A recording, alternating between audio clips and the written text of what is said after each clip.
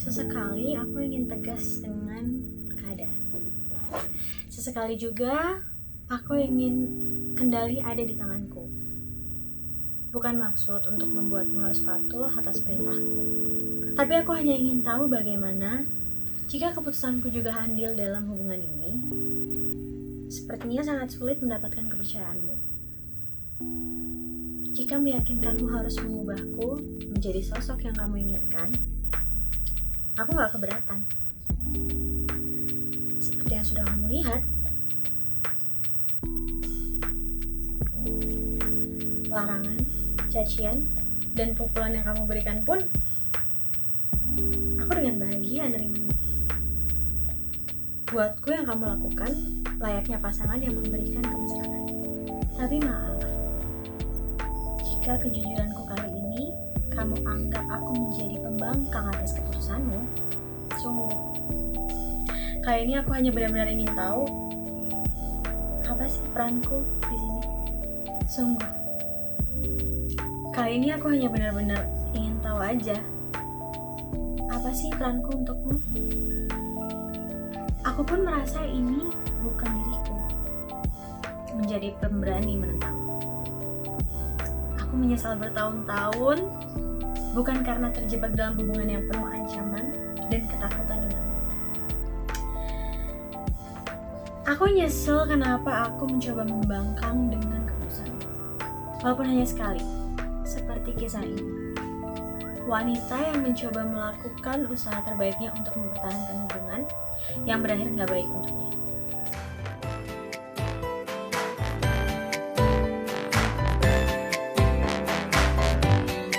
Ketika harimu sudah terlalu sibuk dengan pekerjaan dan karir, dan semua kerasa berjalan begitu cepat, Problematika selalu ada. don't forget to take a deep breath,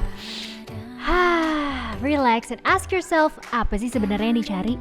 Oke, kalau gitu langsung aja. Ini dia Rehat Sejenak.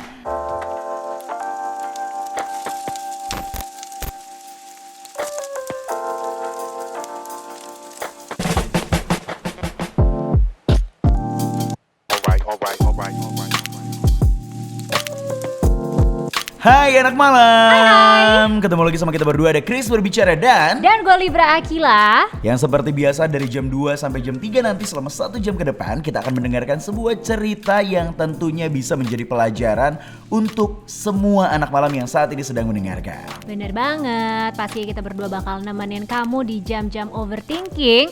Dan kalau kalian pengen curhat bisa DM aja dan follow juga ya Instagram kita di @rehatsejenakid_. Dan buat kamu yang pengen dengerin full version dari Rehat Sejenak, bisa langsung dengerin aja di Spotify Rehat Sejenak. Bener banget, dan dari kemarin udah begitu banyak chat-chat yang masuk ke kita. Yes. Udah banyak banget yang curhat, dan ada yang sangat amat mencuri perhatian kita. Yes, dan seperti yang kita udah tease juga sebelumnya ya, Yes. kalau topik kita hari ini tuh adalah toxic relationship. Yang dimana toxic itu artinya adalah racun, dan relationship artinya adalah hubungan. Nah, Dan sebenarnya ini bisa diaplikasikan di hubungan apapun ya. Toxic Oke. itu ada di hubungan apapun. Nah, Betul. yang kali ini nih curhatan yang satu ini nih tentang apa ya? Itu kita dia. bakal dengerin nanti. Nah, sebelumnya kita bakal kasih dulu lagu yang satu ini khusus untuk kamu anak malam. Enjoy. Ku mau dia, tak mau yang lain. Toxic relationship pernah, tapi bukan sama orangnya, bukan sama pribadinya, lebih ke lingkungannya dia sih gitu. Jadi lingkungannya dia itu benar-benar toxic. Jadi gue ngerasa ketika gue berhubungan sama dia, which is semua lingkungannya dia juga ikut involved di dalam hubungan tersebut. Jadi menurut gue sudah bukan menjadi hubungan gue sama dia lagi, tapi udah menjadi hubungan gue dan mereka. Jadi menurut gue itu udah toxic. Gue perjuangin dia sampai gue down sendiri, sampai gue stres banget lah gitu, sampai akhirnya gue memutuskan untuk berhenti. Saling menguntungkan diri sendiri, jadi memikirkan diri sendiri. itu dia tadi sebuah lagu yang mengawali Rehat Sejenak di hari ini. Betul sekali. Dan without further ado, gimana kalau langsung aja kita ngobrol-ngobrol sama anak malam yang satu ini nih, Chris. Jadi kita Yes. udah terhubung sama Mita. Halo Mita. Halo Mita. Apa kabar? lagi nggak baik-baik aja sebenarnya. Lagi enggak Cuman lagi baik-baik berusaha aja. untuk baik-baik aja sih. Yang mau kamu ceritain yang udah sempet dicurhatin di Instagram itu, apakah yang terakhir ini yang toxic relationship atau ini pengalaman di masa lalu nih? Ini pengalaman masa lalu aku sih. Oke. Sekitar 4 tahun lalu. 4 tahun lalu. 4 tahun lalu. Cuman itu kayak ngebekas banget gitu loh. Oke. Boleh diceritain nih Mit tentang kisah lo di 4 tahun yang lalu itu? Dia sih nunjukin banget sih ya kalau misalnya dia tuh sayang banget sama aku. Dari aku yang awalnya ngira cemburu, dia cemburu banget sama temen gue, berarti dia sayang sama gue. Tapi kok lama-lama tuh cemburunya keterlaluan setelah beberapa bulan gitu. Jadi kok jadi kayak gini gitu. Awalnya aku seneng dicemburuin gitu, berarti kan dia sayang ya sama aku ya. Oke. Iya. Awalnya. Terus awalnya, terus aku di mana aku dijemput, padahal aku nggak minta gitu. Aku paling nggak bisa ngerepotin orang gitu loh, nggak mau banget. Dia menunjukkan kalau dia sayang banget ya dari dia sering ke rumah aku, terus mencoba deket sama keluarga aku tuh ya nggak jelas banget gitu loh. Makin kelihatan makin kok berubah banget dari apa yang awalnya yang manis banget, terus tiba-tiba jadi seposesif itu, lama-lama jadi posesif Oke. sama aku. Berarti awal mula yang bikin kamu mulai merasa sedikit tidak nyaman atau tidak nyaman adalah posesif itu ya?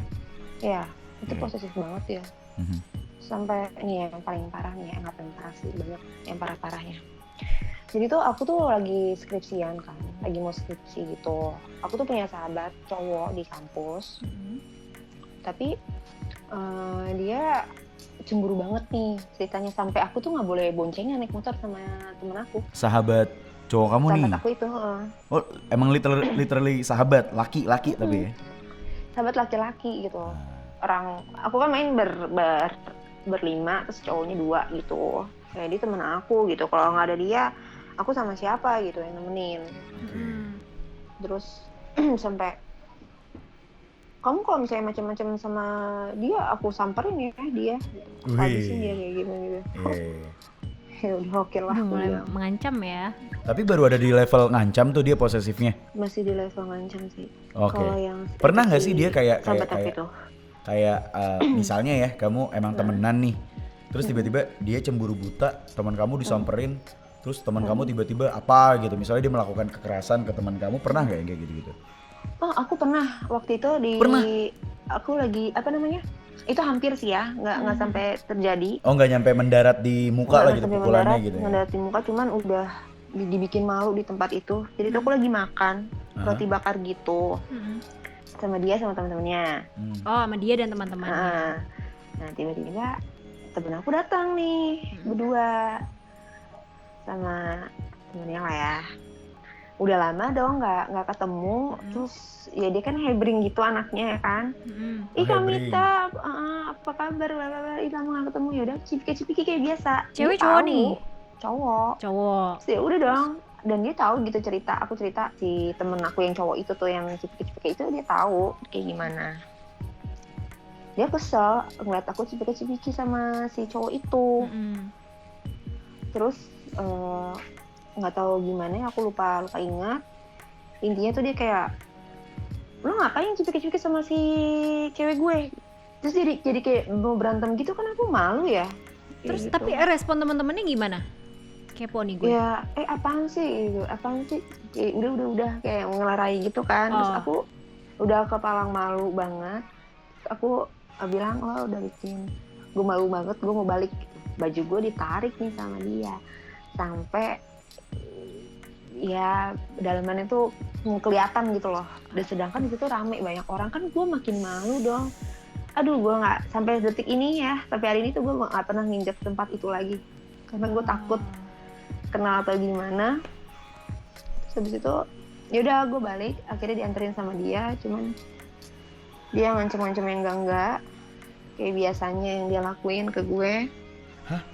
Bentar, Udah kita, ngancem lo kayak biasanya yang dia lakuin, kayak Berarti udah biasanya sering nih. dong. Jadi itu udah sebuah habit ya? yes, aku kayak udah menganggap itu biasa aja gitu, sampai udah, ayo udah Ngancemnya maafin, tuh paling besok sejauh kayak gitu. apa? Kayak dia bakal melakukan hal yang aneh-aneh gitu loh. Oke. Jadi aku tuh takut banget.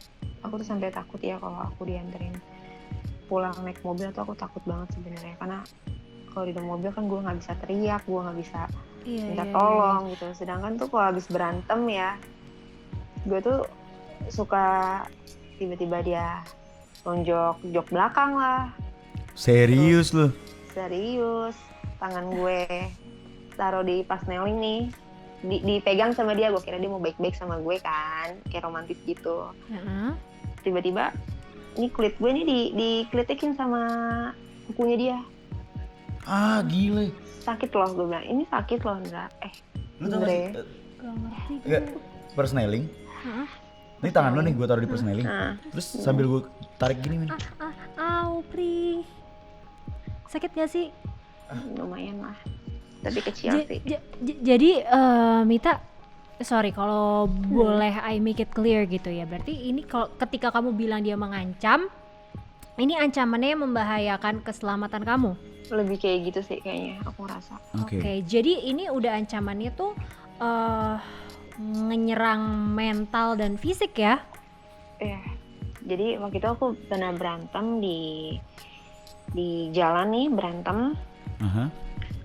Aku lupa berantemnya gara-gara apa, tapi itu ngebekas banget di aku ya. Pokoknya aku berantem di pinggir jalan, terus tiba-tiba dia genggam lengan aku ya. Cuman kalau genggaman anak cowok tuh beda ya, apalagi keadaan dia marah. Itu aku ditarik-tarik sama dia. Pas aku sampai rumah tuh aku ngelihat itu berbekas 3 jari. Aku masih nyimpen fotonya. Biru ungu gitu. Terus cuman aku at that moment tuh apa yang ada di benak kamu? mudahan tapi nggak bisa.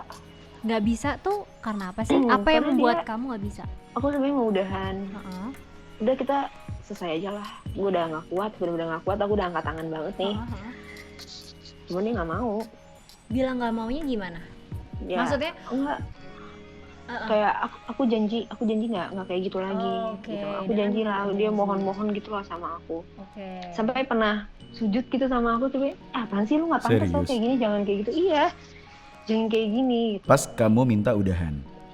Iya, Oke. boleh sayang, cuman ya nggak kayak gini. Tapi aku udah bener-bener nggak kuat. Oke. Dia janji buat memperbaiki dirinya lagi, udah aku kasih kesempatan lagi.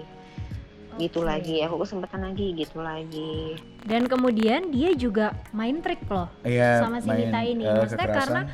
karena di sini dia memanipulasi Mita juga, karena ketika Mita udah gak mau, udah jelas-jelas bilang gak bisa melanjutkan hubungan ini, dia sujud-sujud lah, janji-janji lah. Itu kan kemudian meng-create suatu sugesti di pikirannya Mita bahwa oh oke, mungkin dia benar-benar menyesal, dia bakal bisa berubah. Kayak gitu jatuhnya udah manipulasi. Iya. Terus gimana Mita? Akhirnya apa yang kamu lakukan untuk bisa lepas dari toxic relationship ini? Putusnya aku merasa dikambing hitamkan. Orang-orang lihat tuh aku polos banget, jujur banget gitu. Harusnya lu nggak perlu jujur banget lah gitu. Ada hal-hal yang harus lu bohong. Cuman aku nggak bisa, apalagi ke pasangan gitu. Karena aku tahu banget rasanya dibohongin tuh nggak enak. Mendingin jujur tapi nyakitin daripada bohong. Oke. Nah, Aku jujur lah sama dia. Ini aku pernah punya mantan nih waktu SMP, dia ngechat aku. oke. Ngajak aku ketemu, cuman aku nggak mau. Dalam hubungan yang sehat, justru itu adalah hal yang benar. Intinya keterbukaan itu Iya. penting dan baik gitu. Tapi ternyata gimana si cowok kamu pada saat itu ngeresponnya negatif? Ya dia langsung minta udahan, kita udahan aja. Ngira aku tuh selingkuh gitu kan. Enggak sama sekali. Jadi mungkin menurut si cowok itu yang namanya posesif, abusive, dan manipulatif itu adalah sama dengan sayang. Dan Mita berkata jujur dan terbuka karena ada cowok yang ngechat dia sama dengan selingkuh. Gitu. sorry. Iya, kayaknya sih gitu deh. Toxic relationship itu kan pasti ada gimana ya? pastilah ya namanya di hubungan itu ada bahagianya, ada ups and downs-nya ya, ada nggak melulu bahagia, yang ada masalah itu udah pasti ada dalam sebuah relationship gitu kan. Cuman kenapa kita bisa mengatakan sebuah relationship ini toxic adalah ketika ada perlakuan dari salah satu individu yang kemudian berdampak negatif ke yang satunya lagi, dan biasanya itu tanpa disadari sama si yang terdampak. Karena balik lagi sih, toxic relationship itu efeknya bukan buat siapa-siapa kok, buat diri kita sendiri. Betul. Karena life is only once, jadi jangan sampai buang waktu kita bertahun-tahun hanya untuk menikmati sesuatu yang kita udah tahu itu racun. Yes. Kamu tahu itu racun, ya jangan dimakan. Kamu tahu itu racun, ya udah buang. Iya, benar banget. Oke, so thank you so much Mita for sharing. Semoga ini Thank you bisa bikin mengurangi beban di pundak kamu. Terus semoga bisa nambah-nambah informasi juga buat kamu, dan semoga kedepannya kamu nggak mengalami pengalaman buruk yang serupa ya. Amin. Amin. Nah itu dia ya Mita ya. Jadi sekali lagi semoga toxic relationship-nya tidak dialamin, dan yang kedua semoga kamu udah bisa senyum lagi setelah kamu udah punya pasangan putus lagi gitu. Semoga udah bisa mendapatkan pengganti yang ambil pelajaran yang lebih baik juga dari pengalamannya. Itu dia, benar banget. Dan Oke. Kayaknya udah waktu kita untuk pamit. Langsung closing aja kita. Iya. Oke deh kalau gitu guys. Semoga berfaedah ya perbincangan kita hari ini. Bener. Dan ingat ya, toxic relationship itu juga gak cuman sama pasangan kita, tapi bisa di pertemanan, di lingkungan kerja, di keluarga. Betul. Nah segala sesuatunya itu bisa dikomunikasikan dengan baik guys. Yang jelas mari kita create lingkungan yang nyaman buat semuanya. Yes. Sekali lagi thank you buat Mita. Terima kasih buat anak malam yang hari ini sudah mendengarkan dari awal pertengahan sampai akhir. Sekali lagi jangan lupa untuk follow dan juga curhat langsung di Instagram kita di @rehatsejenak_id_. Dan bisa juga curhat ke kita langsung ya di @krisberbicara dan ataupun @libraakila_. Dan kalau kalian pengen dengerin full version ceritanya, bisa dengerin aja di Spotify kita, Rehat Sejenak. Betul sekali. Kita bakal ketemu lagi di episode berikutnya, tentunya dengan cerita yang bisa menginspirasi kita semua yang saat ini sedang begadang dari jam 2 sampai jam 3 dini hari. Betul sekali. Sampai ketemu di Rehat Sejenak berikutnya.